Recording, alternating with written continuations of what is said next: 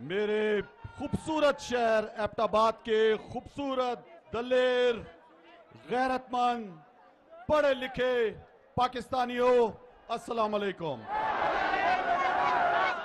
آج مجھے بہت خوشی ہے کہ میں آپ کے درمیان ایک ایسے لوگوں کے درمیان جو پڑھے لکھے لوگ ہیں، وہ لوگ جو محنتی لوگ ہیں، اور ایک عرصے سے مجھے بڑی حیرت ہوتی رہی۔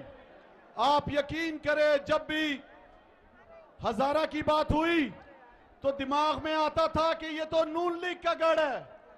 آپ یقین کرو کہ مجھے سمجھ میں نہیں آتا تھا یہ پڑھے لکھے لوگ، یہ غیرتی لوگ، یہ کیسے ایک غلام کے پیچھے جا سکتے ہیں۔ یہ ان لوگوں کے پیچھے، آپ مجھے بتاؤ کہ اس کو گڑھ سمجھتا تھا نون لیگ اپنا۔ آپ کیا بھکاری ہو؟ آپ مجھے بتاؤ کہ آپ غلام ہو؟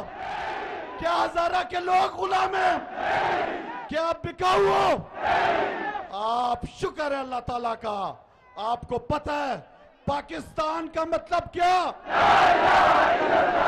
آپ اس لا الہ الا اللہ محمد رسول اللہ پڑھنے والے لوگ ہو، ایک اللہ پہ ایمان رکھنے والوں کو۔ میرے پیارے ہزارہ کے بھائیوں، بہنوں، بزرگوں، یہ تاریخ ساز مرحلہ ہے۔ یہ مہینہ، یہ ایک ایسا مہینہ ہے جس میں پورا پاکستان اس امپورٹڈ حکومت کے خلاف نکلا ہوا ہے۔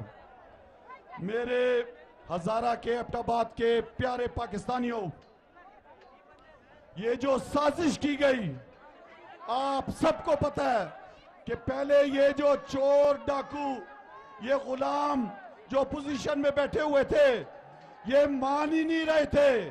یہ کہہ رہے تھے یہ جھوٹ ہے، جعلی ہے یہ مراسلہ۔ آپ نے دیکھا کس طرح پاکستان کی قومی سلامتی کمیٹی نے انڈوس کیا کہ یہ ایک بیرونی سازش ہے۔ کس طرح قومی اسمبلی کی سلامتی کمیٹی نے انڈوس کیا۔ میرے بھائیوں، ہمارے سفیر کو بلا کر واشنگٹن میں بے عزت کیا گیا، دھمکایا گیا۔ آپ مجھے بتاؤ کہ کیا یہ 22 کروڑ عوام، یہ ملک جس کے میں اور آپ شہری ہیں، میرے پیارے پاکستانیوں، یہ آپ یاد رکھو، یہ 57 اسلامک ممالک میں پاکستان واحد ملک ہے جو اسلام کے نام پر بنا۔ میں اور آپ، ہمارے بزرگوں نے جو نعرہ لگایا تھا، پاکستان کا مطلب کیا؟